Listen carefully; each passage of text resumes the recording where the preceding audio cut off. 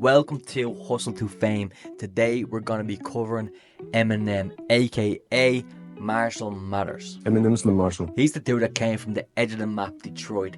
There in America, where the American dream looks more like a faint mirage. But today he is one of the most influential rappers in hip-hop history. So let's take it back to the very beginning, before the fame, before Mom Spaghetti, back when he was just Marshall fighting to survive. Eminem was born in St. Joseph, Missouri, but life wasn't exactly like the Brady Bunch. His dad left when he was just an infant, leaving Debbie, his mom, to raise him solo.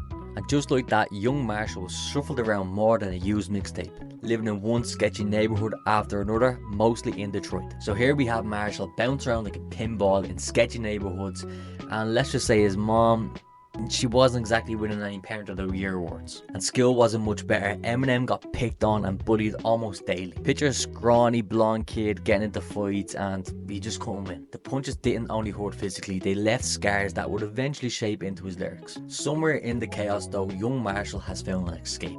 Rap. He was introduced to rap by his uncle Ronnie, and it was like him finding his escape clause. Rap became his voice and soon he was hooked. And when I say hooked, I mean the guy was inhaling hip hop like it was oxygen. So Eminem starts rapping, writing lyrics in his room and dreaming big. But this was a time when white rappers weren't exactly taken seriously. But to him, it didn't matter the colour of his skin, it was all about proving himself. He began entering rap battles around Detroit. Picture this, little dingy clubs, smoky air and crowds that didn't really care if you messed up. Eminem started gaining respect, and he also had to face the heat of being the only white kid trying to break into the hip hop scene. Kill the Duncan rappers when I'm hunting, dumping, eat the raps like a jealous husband. Around this time, Eminem's personal life was hitting a breaking point. He was in and out of crummy jobs, scraping by on minimum wage. His girlfriend Kim gave birth to their daughter Haley, and then the stakes got real. This guy was working so many low-end jobs that if there was an Olympics for minimum wage, he'd probably have a medal in each one. But the grind never stopped. For Eminem, Haley wasn't just his daughter, she was the reason he would keep going. She's made me proud for sure. His life was a mess and he just wanted better for her. This would later become one of his biggest motivations in his lyrics. Haley is, whether she's with me or not, she's with me every day.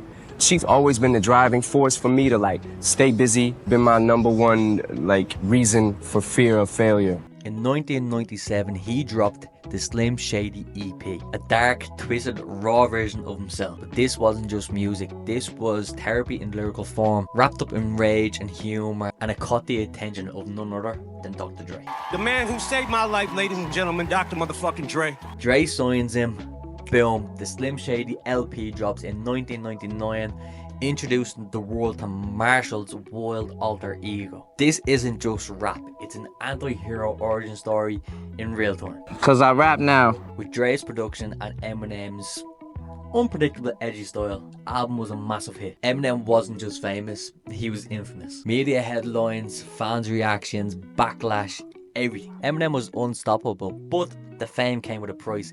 His lyrics were controversial, raw, and deeply personal, which also sparked an awful lot of backlash. Parents are furious, censorship groups had a field day, and Eminem became both a hero and a villain. In a hip-hop world, he became basically the Deadpool of rap. He was loved, he was hated, and he was completely unapologetic. Haley, plug your ears.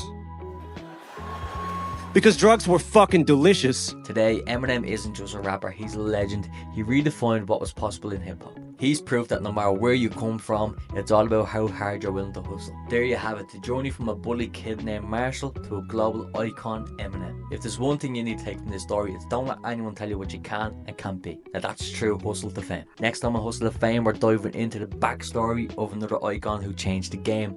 Don't forget to subscribe, like, and wear the street. Alright, gentlemen, I want you to repeat after me, just how I do it. Ready?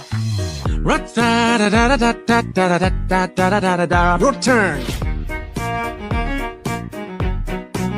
Another good time.